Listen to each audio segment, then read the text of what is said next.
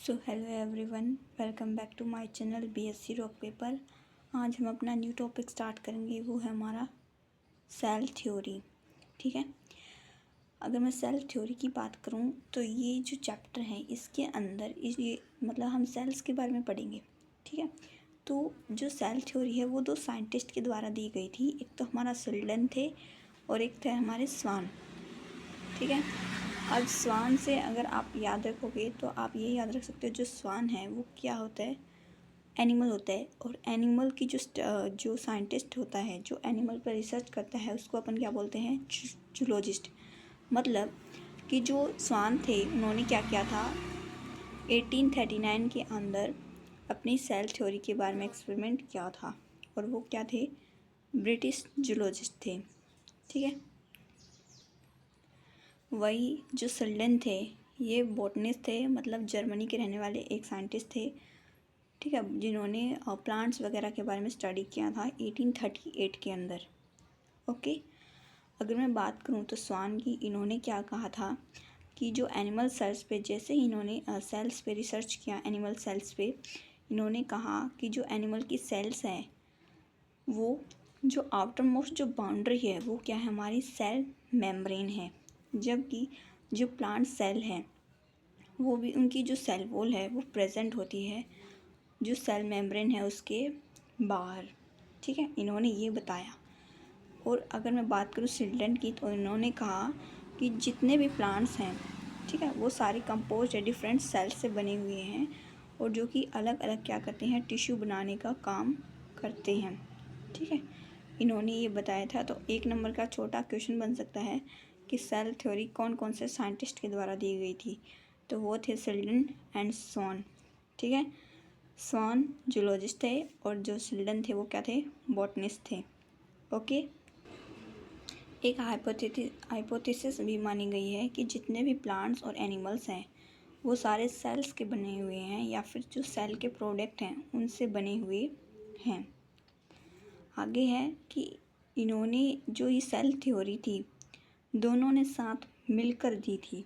ऐसा नहीं है कि अलग अलग दिया था, इन्होंने दोनों ने साथ मिलकर जो है वो सेल थ्योरी को डिस्कवर किया था। एक पॉइंट है कि जो एक साइंटिस्ट आए थे, उन्होंने जो रुडोल्फ वर्चो है, उन्होंने क्या किया था, सेल थ्योरी को फाइनल शेप दिया था। ठीक है, इन्होंने क्या कहा था, all living organisms are formed up of cells and product of cell. इन्होंने कहा था कि जितने भी लिविंग ऑर्गेनिजम्स हैं वो सेल से बने हुए हैं या फिर सेल के प्रोडक्ट से बने हुए हैं। 1855 के अंदर रुडोल्फ वर्चो ने ये लाइन बताई थी हमें, मतलब फाइनल शेप, फाइनल जो इन्होंने किया था, सेल थ्योरी को प्रूफ किया था, वो यही थी। ठीक है, साथ में इन्होंने ये भी बताया था कि जो सेल्स हैं वो एग्जिस्ट करती हैं फ्रॉम प्री एग्जिस्ट, यानी कि जो पहले से ही एग्जिस्ट कर रही है जो सेल्स हैं, उनसे ही जो सेल्स है वो बनी हुई होती है। मान लो कोई सेल्स थी पहले से, ठीक है, वो क्या करेगी, डिवीजन शो करेगी और न्यू दो डॉटर सेल्स को बनाएगी।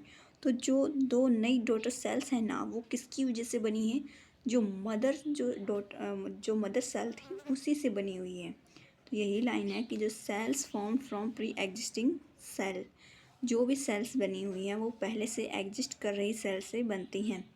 और इसी चीज़ को हम कहते हैं ओमनिस सेलुला ई सेलुला। ओके, आगे है जो लार्जेस्ट सेल है हमारी, वो कौन सी होती है, ऑस्ट्रिच का जो एग होता है वो होता है। ठीक है, और जो नर्व सेल है ह्यूमन बॉडी के अंदर, वो सबसे हमारी क्या है, लॉन्गेस्ट सेल। ओके, ये हमारी रेड ब्लड सेल है जिसे हम अपन आरबीसी कहते हैं या फिर थ्रोम्बोसाइट कहते हैं।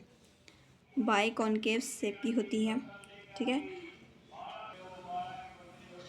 आरबीसी क्या करती है, जो हीमोग्लोबिन होता है उसको ऑक्सीजन के साथ क्या करती है, बाइंड करती है और ब्लड का फॉर्मेशन करती है।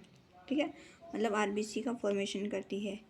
और हमारी आरबीसी कहाँ पाई जाती है, मतलब कि हमारे बोन मैरो के अंदर फॉर्मेशन होता है अडल्ट स्टेज के अंदर। और ये डिस्ट्रॉय कहाँ होती हैं, ग्रेवयार्ड, मतलब कि ग्रेवयार्ड ऑफ द आरबीसी किसे बोलते हैं, स्प्लीन को बोलते हैं। ठीक है। ये है हमारी WBC, जो कि फाइट करने में मदद करती है बैक्टीरिया की अगेंस्ट, जिसे अपन ल्यूकोसाइट भी बोल सकते हैं। इसका इरेगुलर शेप होता है, ठीक है। अगर मैं वायरस की बात करूं तो ये नॉन लिविंग होता है और इसका साइज होता है 0.02 से लेकर 0.2 माइक्रोन, ठीक है। नेक्स्ट हमारा जो राइबोसोम है प्रोकैरियोट्स के अंदर, ये सबसे छोटा ऑर्गेनल है, 10⁻⁹ मीटर, ये है इसका साइज़। आई होप आपको समझ में आया होगा। Thank you.